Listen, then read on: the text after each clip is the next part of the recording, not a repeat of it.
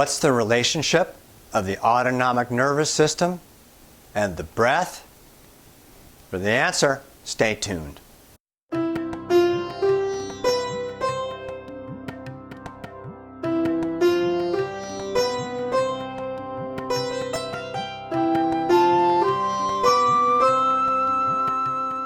A yoga practitioner wrote in because she had heard that the inhalation is tied to the sympathetic nervous system and that the exhalation is tied to the parasympathetic nervous system, the rest and digest system.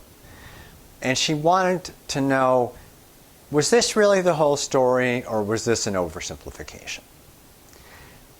Basically, there is definitely truth that the two main branches of the body's automatic nervous system, known as the autonomic nervous system, which controls our breathing, our heart rate, our blood pressure, and many automatic functions in the body, without our even necessarily being consciously aware of what's going on. And these two, when we have a healthy nervous system, are in balance. Now, there's a misunderstanding that I find very common in the yoga world, that kind of sympathetic nervous system is bad and the parasympathetic nervous system is good, and we want to bring ourselves to the parasympathetic nervous system and spend as much time in parasympathetic nervous system dominance as possible, and this is where all healing happens and things to that extent. Now, that is really not true. Now, it is true that people, and there are a lot of them in the modern world, who are very stressed out, who live in a state of sympathetic fight or flight response most of the time, or a lot of the time, definitely benefit by doing relaxing practices that bring them into a state of parasympathetic dominance. That is true for sure. But the fact is that the sympathetic nervous system is called the sympathetic nervous system because it's sympathetic. It's our friend. We couldn't get out of bed in the morning without the sympathetic nervous system constricting the blood vessels in our legs that helps prevent blood from pooling in our standing up and then passing out because we're not getting enough blood to our brains. So the sympathetic nervous system is our friend. The problem is when it gets locked in the on position, instead of being activated when we need it, like when we get up in the morning, and then turning off when we no longer need it. So there's a balance between the sympathetic and parasympathetic, and this is reflected in the breath. Every time you inhale, the sympathetic nervous system gets a little more dominance, and in fact, in someone whose nervous system is balanced, you can even notice, if you're feeling their pulse, that the heart rate speeds up a little bit with each inhale.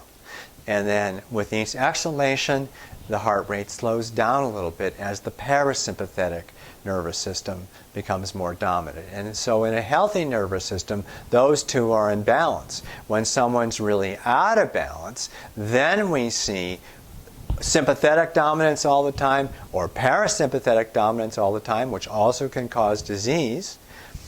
And so what we're looking for is both parts of the autonomic nervous system working well and working well together. One of the ways we work on trying to calm people who have too much sympathetic nervous system tone is to emphasize the exhalation more in the yoga practice. For example, in people who can tolerate this safely and comfortably, we may have them try to lengthen the exhalation relative to the inhalation.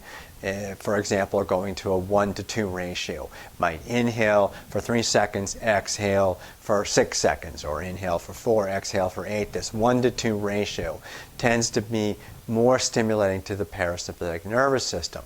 But here's where it gets more complicated. If you try to push that, that's not really comfortable for you. Say that 4-8 ratio, which in 12-second breath cycle, that means 5 breaths per minute. Some people can't comfortably breathe only 5 times a minute. So what happens, even though they're lengthening the exhalation, because this ratio of breath is not comfortable for them, they actually paradoxically get sympathetic input. Okay, so we can't just assume that lengthening the exhalation is going to be parasympathetic nervous system that's getting stressed. if in fact the person can't do that comfortably. So one of the crucial things to understand about the breath is that we always need to remain comfortable with the breath. We should never have a feeling of breath hunger or strain or gasping, because those things are all going to tend to set off the sympathetic nervous system. It's even a more complicated topic than that, but that will have to be subject for future videos. But I hope this gives you a little more understanding of the relationship of the inhalation and the exhalation to the nervous system. Hope it's useful in your practice. Good luck. Thanks much. Namaste.